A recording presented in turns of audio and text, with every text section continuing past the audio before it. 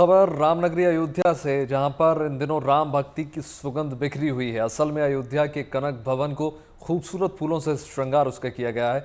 ज्येष्ठ माह में यहां श्री राम जानकी की फूला बंगला सेवा शुरू हो गई और गर्मी के मौसम में सियाराम की आध्यात्मिक छांव की तरावट देखने को मिल रही है। देखिए,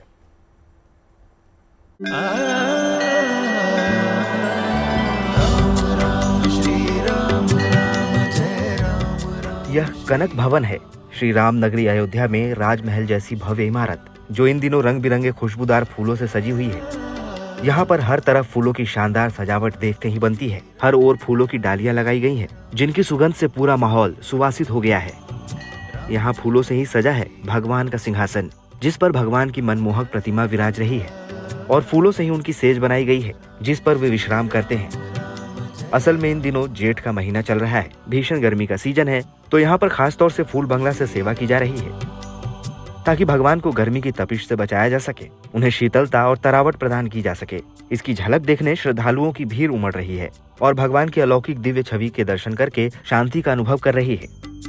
यह फूल बंगला केवल श्री सीताराम जी की प्रसन्नता के लिए किया जाता है। ग्रीष्म काल में, ग्रीष्म ऋतु में अपने भगवान को शीतलता कैसे प्रदानता की जाए, हमारे आचार्यों ने, जगद्गुरु रामानंदाचार्य ने, अनंतानंदाचार्य ने, आदि ने ये पहले से व्यवस्था की है। फूलों का सुंदर श्रृंगार है, फूलों के सुंदर पद हैं, फूलों के श्रृंगार में सुंदर शीतल भोग है।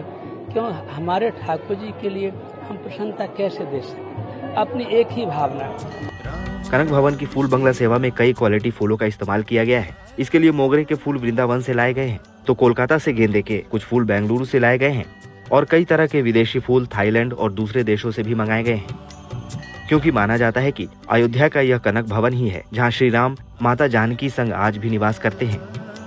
तो आज ये एयर कंडीशन और कूलर के जमाने में भी त्रेता युग की परंपरा का पालन करते हुए गर्मी में उनके सुखद निवास के लिए यहाँ शानदार फूल बंगले की रचना की गई है। भगवान राम जी का ये घर है, कनक भवन इसीलिए इसको बोलते हैं। इसका इतिहास यही है कि त्रेता युग में ये जो है ये दशरथ जी के महल का एक हिस्सा था, जिसमें माता कैकेयी रहती थी। तो जब सीता जी ब्याह के अयोध्या आई तो कैकेयी जी ने उनको मुंह दिखाई में ये भवन दे दिया। तब से सीताराम जी का ये निज भवन है। कनक भवन अयोध्या में श्री राम जन्मभूमि के उत्तर पूर्व में स्थित है। कनक भवन का अर्थ है सोने का घर। खास बात है कि यहाँ चांदी की छत के नीचे भगवान राम और माता सीता के स्वर्ण मुकुट वाली मूर्तियाँ हैं। मान्यता है कि भगवान श्री राम के अलावा किसी और पुरुष को कनक भवन में आने की अनुमति नहीं थी।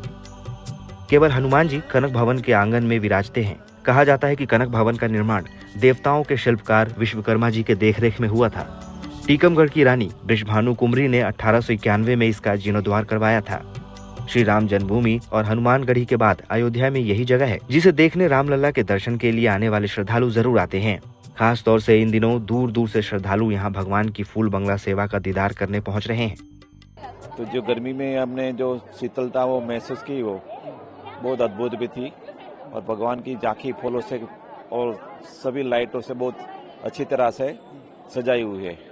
तो उसके दर्शन करके हमको मन को बहुत शांति मिली है। हाँ, दर्शन किया, बहुत अच्छा लगा। बहुत ही अच्छा वातावरण भी और बहुत ही सुंदर कनक भवन को सजाया गया है। भगवान के दरबार को बहुत सुंदर सजाया गया है और यहाँ शीतलता और आनंद दोनों ही महसूस हो रहे हैं।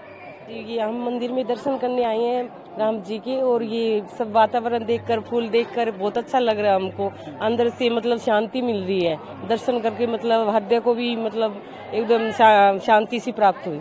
माना जाता है कि कनक भवन में श्री राम जानकी की प्रतिमाओं के दर्शन से साक्षात श्री राम और माता सीता के दर्शन का फल मिलता है। यही कारण है कि आज भी अयोध्या आने वाले श्रद्धालु हनुमानगढ़ी और श्री राम मंदिर के बाद कनक भवन जरूर आते हैं, ताकि अपने आराध्य प्रभु श्री राम, माता सीता और राम भक्त हनुमान जी की अनूठी झलक पा सकें और अपनी मनोकामना पूरी कर सकें। अयोध्या से मयंक शुक्ला के साथ bureau report, good news today.